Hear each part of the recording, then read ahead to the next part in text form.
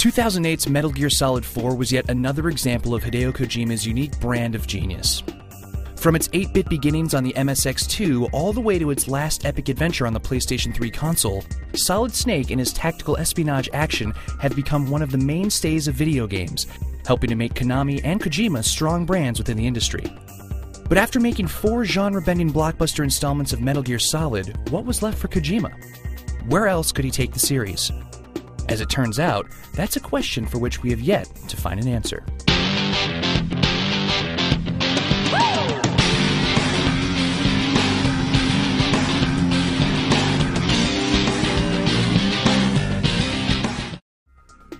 In 2009, Konami released Metal Gear Solid Touch for the Apple iPhone, marking the franchise's first appearance on the device and the App Store, as well as Kojima Productions' first mobile project.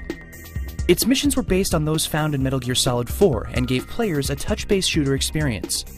But because of the platform's comparatively limited interface, the stealthy gameplay that had been a series mainstay was missing from the package.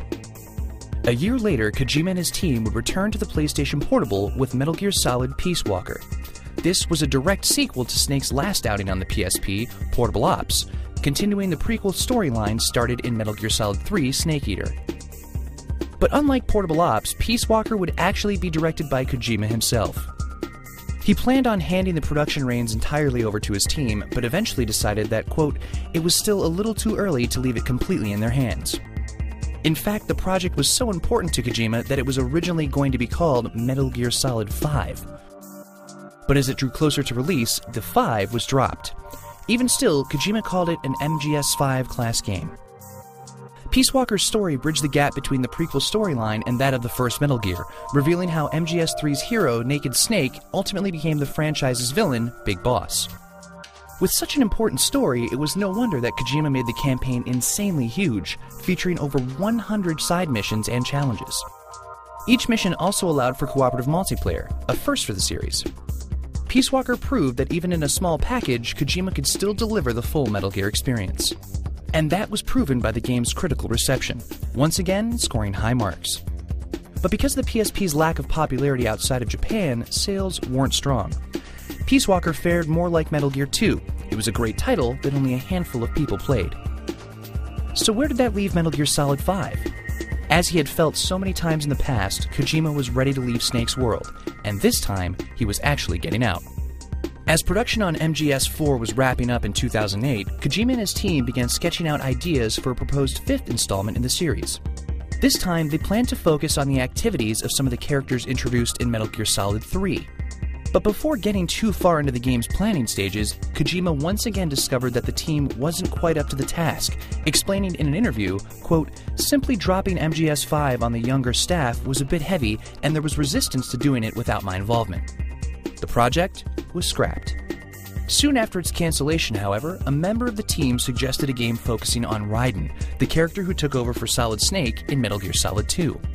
While fans had mixed feelings about him after his first appearance, Raiden came back onto the scene in Metal Gear Solid 4, only this time he was a katana-wielding cyborg ninja.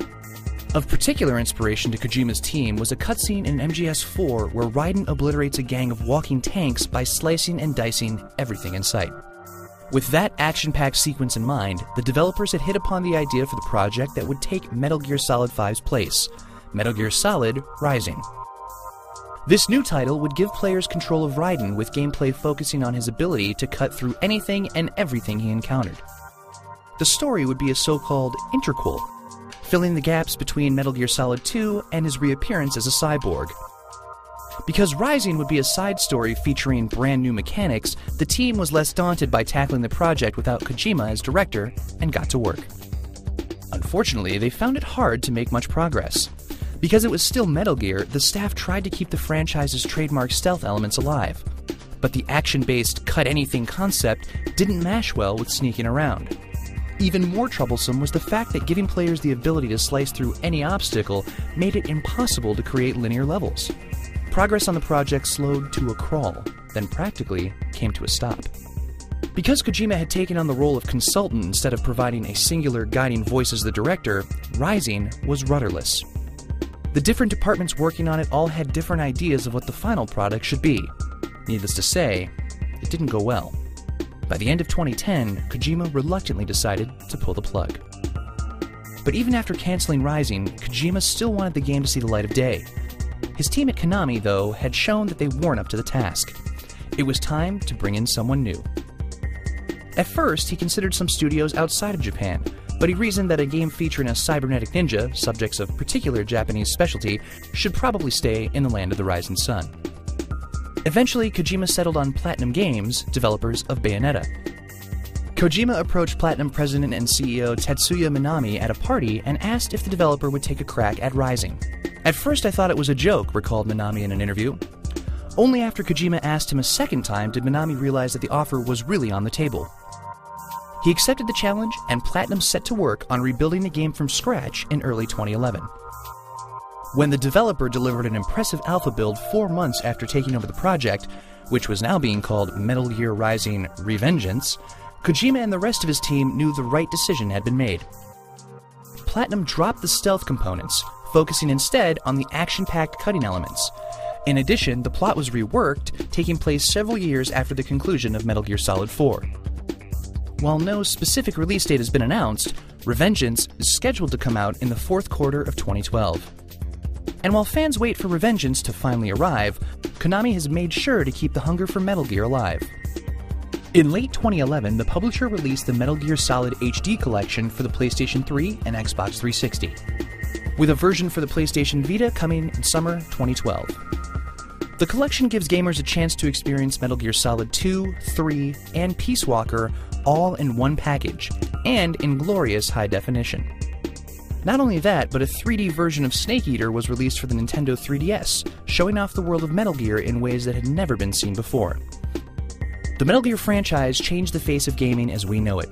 It achieved new heights for cinematic storytelling, inspired the creation of the stealth genre, and even pushed the boundaries of how video games can interact with players. Moreover, Metal Gear helped Kojima himself earn incredible success. In 2011, he was named Vice President of Konami Digital Entertainment, taking a bigger role in steering the company than ever before. But now that Metal Gear has finally found its way out of Hideo Kojima's hands, what's next? Will Kojima ever come back to direct another installment in the series? Will the twice-abandoned Metal Gear 5 actually be created? In November 2011, Kojima said in an interview, quote, "I think we'll probably have to make it at some point, but what that will be, we have no idea."